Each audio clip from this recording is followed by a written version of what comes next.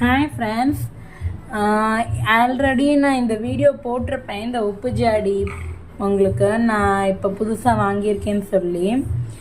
இது வந்து நான் போத்தீஸில் வாங்கினேன். ரேட் வந்து ஒரு பீஸோட ரேட் வந்து 114, அதாவது 114. ஸோ இதில் கலர்ஸ் இது ஒன்று தான் இருந்துச்சு.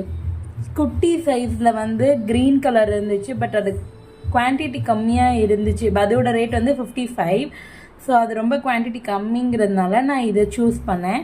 இதோட ரேட் 114. இந்த டிசைன் ஆக்சுவலாக நான் இது வாங்கினதுக்கு ரீசன் வந்து இந்த டிசைனுக்காக தான் நான் வாங்கினேன்.